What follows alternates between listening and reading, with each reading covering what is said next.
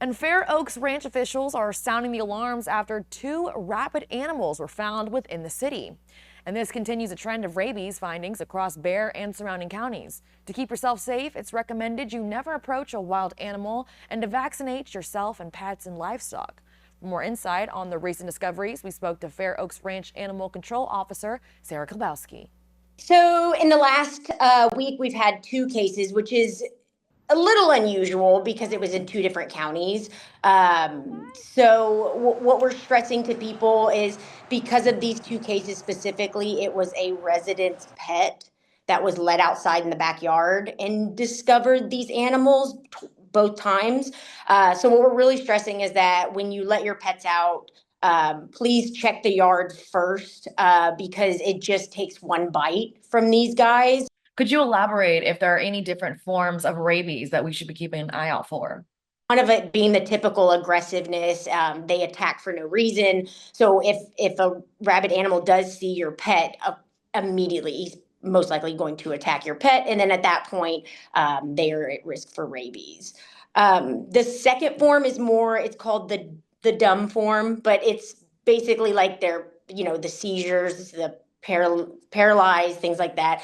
They tend to be a little bit more like overly friendly as well. So, I mean, it is complete opposite. So if you see a fox trying to play with you, that might be a little, a little unusual. But the ones that we saw were the aggressive form. So. And what kind of animals were they? So one was a fox that had attacked the resident's chicken. And then the other one was a skunk that we found in the backyard. He was already pretty paralyzed at this point. He wasn't really responsive to any kind of touch or anything, but the fox was very much alive and aggressive, which was kind of the red flag. So, And are the same symptoms common in humans? So with humans, it'll start off as like flu-like symptoms, and they say that symptoms can show up. They think it's not exact; it's different for everybody, just depending on where you're bit. They do say weeks to months.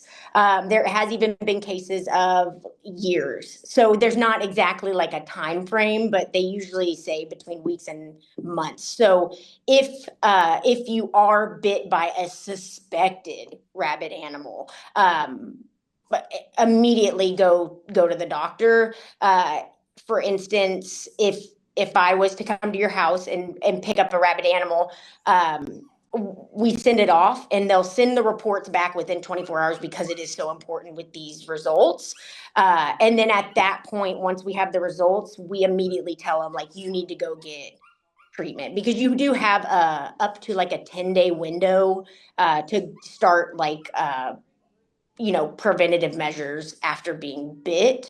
And I know a lot of, for example, dogs and cats, their annual vaccines include the rabies vaccine. So let's say my pet is quote unquote secure from that, but it still gets attacked by a rabid animal. What's the protocol? How does that go about? We do to all the residents that have, even if you don't know if they were exposed, a rabies booster.